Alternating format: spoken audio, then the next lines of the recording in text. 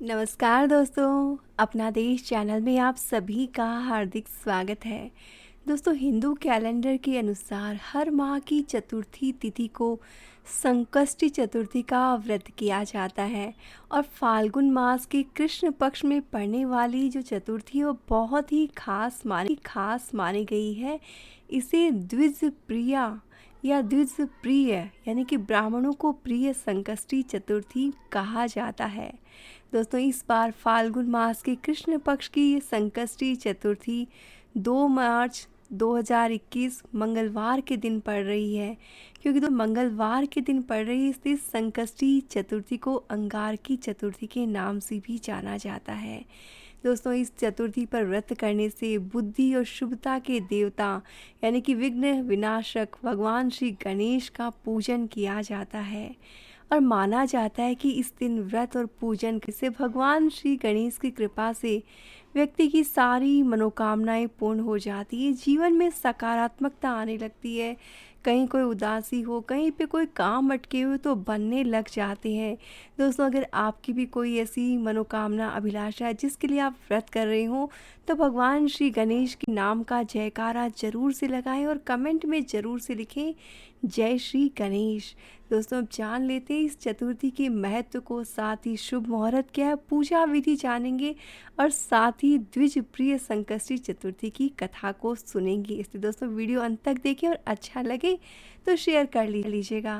दोस्तों, द्विज प्रिय संकष्टी चतुर्थी पर भगवान गणेश के 32 स्वरूपों में से छठे स्वरूप की पूजा की जाती है और द्विज प्रिय गणपति के स्वरूप में भगवान गणेश के 4 मस्तक 4 भुजाएं हैं। भगवान गणेश के स्वरूप की आराधना करने से व्यक्ति के जीवन के सभी कष्ट समाप्त हो जाते हैं। भगवान गणेश की कृपा से अच्छी सेहत, सुख, समृद्धि की प्राप्ति होती है। दोस्तों, अब जान लेते हैं कि संकष्टी चतुर्थी कब प्रारंभ हो रही है और कब समाप्त। तो चतुर्थी तिथि दोस्तों प्रारंभ होगी 2 मार्च को, यानी मंगलवार के दिन सुबह 5:46 से और ये चतुर्थी तिथि समाप्त होगी 3 मार्च बुधवार के दिन रात को 2:59 तक। तो दोस्तों, ये तो हो गया समय। आप इसी समय के बीच में आपने पूजा करनी है। और दोस्तों, आप जान लेते हैं कि पूजा कैसे करनी है। दोस्तों, 2 तारीख यानी वार के दिन आपने जल्दी उठना है, साफ स्वच्छ कपड़े पहनना है। नए कपड़े पहनना कोई ज़रूरी नहीं है, पीले वस्त्र पहने तो सबसे बढ़िया है और लाल रंग के कपड़े भी आप पहन सकते हैं। उसके बाद में आपने भगवान श्री गणेश का स्मरण करते हुए आपने व्रत का संकल्प ले लेना है। उसके बाद भगवान श्री गणेश जी की जो प्रतिमा है उसे किसी चौकी पर आपने स्थापित करना है। फिर जल, रोली, अक्षत, दुर्वा, मोदक या लड्डू, पान इत्यादि से और धूप आदि दिखाकर भगवान श्री गणेश की आपने पूजा करनी है।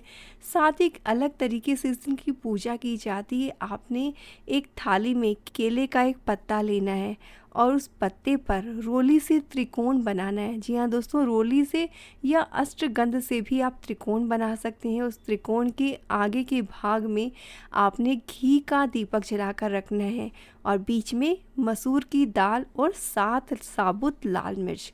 जी हाँ दोस्तों, 7 साबुत लाल मिर्च आपने लेनी है और मसूर की दाल लेनी है।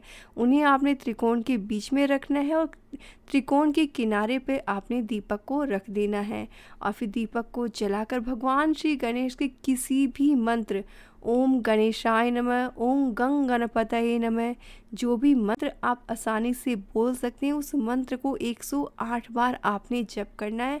उसके बाद जो भी आपकी मनोकामना, जो भी इच्छा है भगवान श्री गणेश से बोल देनी है। उसके बाद में आपने भगवान श्री गणेश जी की कथा सुननी है। कथा समाप्त होने के बाद में आपने आरती करनी है और फिर दोस्तों, जब शाम को चाँद निकल आए तो चाँद को अर्घ्य देकर आपने व्रत को खोल लेना चाहिए। बस एक चीज़ का ख्याल रखें, पूजा में आपने तुलसी का इस्तेमाल भूल कर भी नहीं करना है। और दोस्तों, नैवेद्य या मिठाई के रूप में आपने मोदक या लड्डू का ही भोग लगाना चाहिए। वैसे आप किसी भी चीज़ का भोग लगा सकते हैं, गुड़ का भी सकते हैं, लेकिन मोदक गणेश जी को विशेष प्रिय है, इसलिए मोदक या लड्डू का आप भोग लगाएं। तो इस तरह से आपने पूजा कर लेनी। और जब भी आप कथा सुने तो हाथ में थोड़े से गेहूं के दाने, 7 या 11 दाने गेहूं के लेकर ही आपने कथा सुननी चाहिए। तो अब हम भी सुन लेते हैं श्री गणेश जी की कथा। दोस्तों, एक समय की बात है, माता पार्वती और भगवान शिव नदी के पास बैठे हुए थे। तभी अचानक माता पार्वती के मन में चौपड़ खेलने की इच्छा प्रकट हुई। लेकिन समस्या ये थी कि दोनों के बीच में तीसरा कोई था नहीं, तो खेल का निर्णय कौन करेगा। तो इस समस्या के समाधान के लिए शिव पार्वती ने मिलकर एक मिट्टी की मूर्ति तैयार की और उसमें भगवान शिव जी ने जान डाल दी। मिट्टी से बने बालक को दोनों ने ये आदेश दिया कि तुम खेल को अच्छी तरह से देखना और फैसला लेना कि कौन जीता और कौन हारा। खेल शुरू हुआ, जिसमें माता पार्वती बार बार भगवान शिव को मात देती गई और हर बार विजयी होती गई। खेल जो है वो चलता रहा, लेकिन एक बार गलती से बालक ने माता पार्वती को हारा हुआ घोषित कर दिया। बालक की इस गलती से माता पार्वती को बड़ा क्रोध आया, जिसकी वजह से गुस्से में आकर उन्होंने बालक को श्राप दिया कि जा तू लंगड़ा हो जा। बालक ने अपनी भूल के लिए माता से बड़ी क्षमा मांगी। तब माता ने कहा कि अब श्राप तो वापस नहीं लिया जा सकता, लेकिन हाँ, एक इसका उपाय है जिससे तुम श्राप मुक्त हो सकती हो। माता ने कहा कि संकष्टी वाले दिन तुम इस जगह पर कुछ कन्याएं पूजन के लिए आएंगी। तब उनसे तुम व्रत की विधि पूछना और पूरे सच्चे मन से व्रत करना, तुम्हें श्राप से मुक्ति मिल जाएगी। बालक ने व्रत की विधि को जानकर पूरी श्रद्धा पूर्वक व्रत किया और पूरे विधि विधान से जो है नियम का अनुसरण किया। उसकी सच्ची आराधना से भगवान श्री प्रसन्न हुए और उसकी इच्छा पूछी। बालक ने माता पार्वती और भगवान शिव के पास जाने की इच्छा प्रकट की। गणेश जी ने उस बालक की मांग को पूरा कर दिया, उसे शिवलोक पहुंचा दिया। लेकिन जब वह पहुंचा तो वहां उसे केवल भगवान शिव ही मिले। माता पार्वती भगवान शिव जी से नाराज होकर कैलाश छोड़कर चली गई थी। शिव जी ने उस बच्चे को पूछा कि तुम यहाँ कैसे आए। तो उसने उन्हें बताया कि गणेश जी की पूजा से उन्हें वरदान प्राप्त हुआ। ये जानने के बाद भगवान शिव जी ने पार्वती जी को मनाने के लिए उस व्रत को किया, जिसके बाद माता पार्वती भगवान शिव से प्रसन्न होकर वापस कैलाश को लौट आई। इस तरह से संकष्टी चतुर्थी का व्रत करने वाले की गणपति जी सभी इच्छाएं पूर्ण कर देते हैं।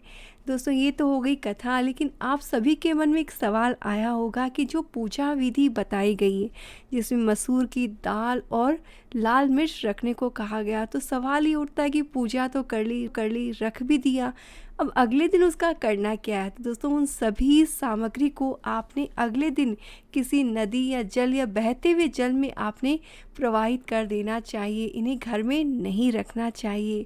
और ऐसा माना जाता है कि जैसे ही वो जो अनाज है वो मछलियाँ या जानवर उनके खाते ही जो भी आपकी मनोकामना है वो तुरंत ही पूर्ण हो जाती है, बशर्ते कि आप पूरे विश्वास से करें।